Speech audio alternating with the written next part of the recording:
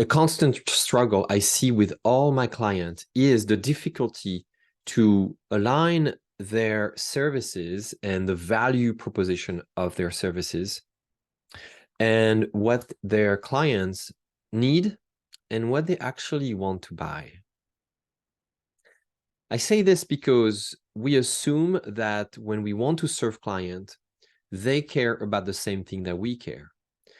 Let me take an example. If you are building websites, I am pretty sure that you care about good websites. And when you see a potential client's website, you're very good at doing a critique of that website and at exactly pointing out to the things that are not right with that website. But on the other hand, your clients might not see those problems and might not even care about those problems. Maybe their business is doing very, very well with a website that you deem bad, you deem crappy, if you will. It's interesting to see that misalignment, and it all boils down to our values. What is it that we value? Do our clients care that their team is dysfunctional? Do they worry about the fact that their sales numbers are down? Do they lose sleep because of the fact that they're not building a business that aligns with their purpose? Maybe the answer is no. And that's okay. That's okay.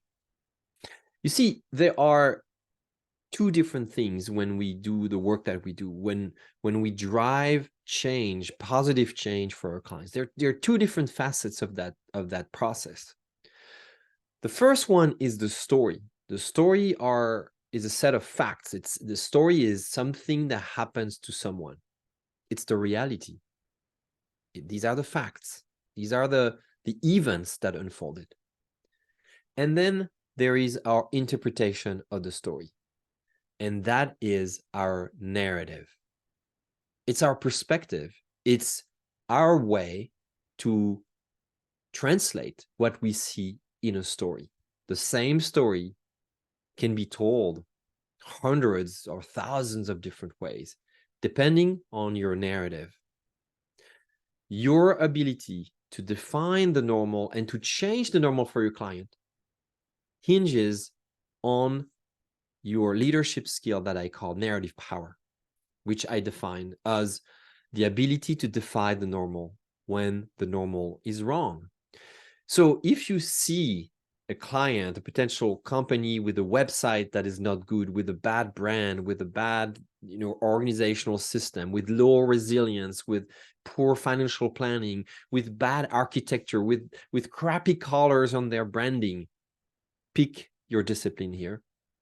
If you see a client that has a problem that you see, the first thing to do is to not assume that they see the same thing as you, but inquire about if they see the same thing and how much do they care about changing their situation. It all boils down to values. It all boils down to aligning on values, caring for similar things.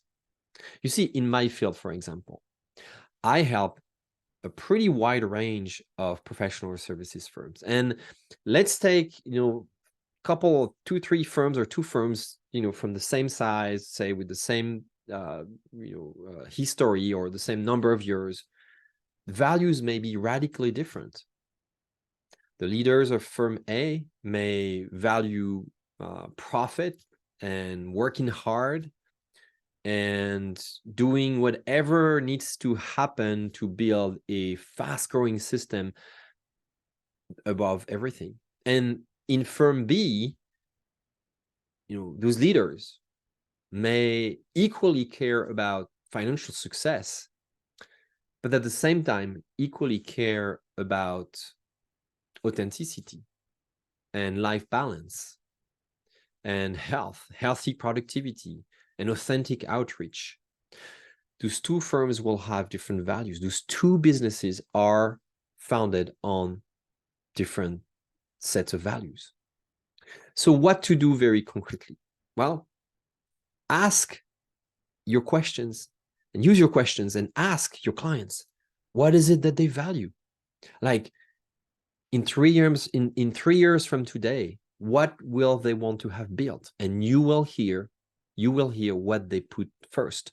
Values are how we decide. This is the most simple, effective way to, an actionable way to define values, right? Values are not just a statement on a piece of paper, on a nice poster with an inspiring picture, or on a plaque in your office. Yes, these are values, they're statements, right? But values are most importantly enacted, and values are how you decide. So before you assume too fast, and to help align your services and your value proposition with what your clients need and really want to buy, go dig a little further. Use narrative power to decode the values of your clients first. What do they value? What do they care most importantly about? And what is it that you can do to help them live their value? All right, I hope this helps. And as always, I welcome your comments, your questions below this video. Thank you.